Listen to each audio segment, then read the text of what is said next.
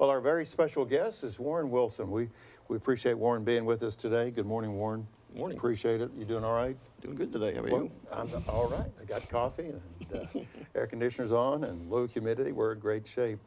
Warren, right off the bat, we want to talk this morning about a topic that's been in the news, especially at the legislature quite a bit, and Governor Fallon doing some things where vetoing certain bills and stuff, all doing with concealed carry and things of this nature. But our topic this morning deals with that handgun license. Many people are going to classes and getting the handgun license and getting their certificate or license, if you will. But let's go back to the beginning.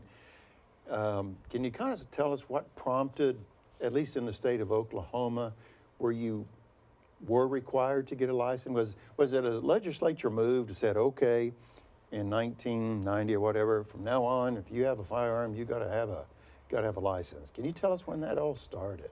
Well, as far back as I can find, in the legal aspect of it, there was no legal carrying of a firearm in Oklahoma unless you were hunting or at the target range. When the actual license pass was in 1994, and then it came into effect in 95. And what it appears had happened was there was a lot of anti-criminal kind of a sentiment in the country, and especially in the central states in the 80s. Florida kind of started it off with the first what we call a shall issue licensing system in about 1987. And then several states followed, and we were one of them. Okay. And again, just for our viewers, to let you know why Warren's with us today, he is a qualified and certified instructor for the handgun class. So we turn to his expertise today for this important topic. That's right. And I don't know if you heard, as Steve mentioned earlier, I'm from California, so I wasn't as aware of guns in California as I've been here. Absolutely. Everybody seems to have a gun here. But since I moved here, I've always wanted to own my gun, but never really knew where to start. So for those out there that are watching us this morning that are probably just as lost as I am, would you be able to tell us a little bit about the application process for this license? Absolutely. I encourage people to apply online.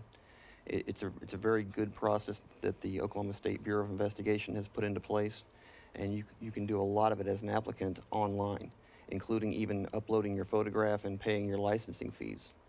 So the first thing I recommend people do is to go to the OSBI's website. They have a section just for handgun licenses. Download the book and read some of the frequently asked questions and some of the process there, and then find a qualified instructor that you personally vet and make sure that instructor is going to fit your needs and that they're qualified in your mind to teach you. One way to do that is to ask questions, of course, of them. After you go get your class, then it requires a $100 fee to the OSBI. You'll apply online, you'll print all that out, but the good thing is when you submit it through the OSBI online, they can immediately start working on your background check, and that can speed the process up by at least about a week or so. After you submit your stuff online, you're going to print it out, and then you can pay online as well. You'll print it out and you'll take it all to the sheriff's office. You want to make an appointment with him to get your fingerprints taken. And the sheriff will then take all your paperwork, and they'll send it in with your fingerprints to the OSBI, and then your process is started. Let's take, thank you for that information. Let's take the question of the finding a reputable instructor a step further. I do remember, it probably has been a couple of years, but it seemed like there were even some ads on television. Come see Joe, I'm the instructor, and right. You know, I can do this. And you don't know Joe at all, but you see his television ad. What would be some of the questions? You said to ask questions and stuff, but you know, for somebody watching the interview this morning, Warren, where would you start in asking? What kind of information? I mean, I really wouldn't know how to begin the 20-question process. Well, what I would do if it was me is, and what I do now when I take classes is I research the instructor. I want to know how much training they have. I want to know what their training is involved in. If someone is an excellent rifle competitive shooter, and they've only had a 2-day class on how to teach handgun license, and that's all they have on that topic, that might be somebody I wouldn't look at. I might look at somebody who consistently goes to more classes and is always trying to learn. The best instructor is a good student, and that's what most of us there who are trying to become good instructors that's what we shoot for. We try to be a good student. Excuse the pun. That's very good. You mentioned this class. What does the class entail? What are the topics that are covered in this class? Well, and this is where it gets really important, I think, is the classroom portion is about 4 to 5 hours, and then the rest of the approximately 8 hours is dry fire and live fire at the actual range. So we start out in the classroom. We do a lot of safety stuff and a lot of stuff that people don't get is the law. When people say, I don't really need that class because I've shot, my dad taught me how to be safe, and I've had hunter safety. Well, that's great, but do you know about the laws as pertaining to where you can carry a firearm, how you can carry a firearm under the law, where it's illegal, where it's not illegal? For example, the difference between a restaurant that serves alcohol and an actual bar, carrying a firearm there is the difference between whether you have a license or not, is the difference between being legal in a restaurant and being illegal and a felony in a bar. So those are the kind of things that we really cover in the classroom portion. And then, of course, safety. And we cover a little bit about how to shoot, but the biggest part of it is the law and safety. Then we go to the range and we do some dry fire and some handling and make sure that everybody's safe.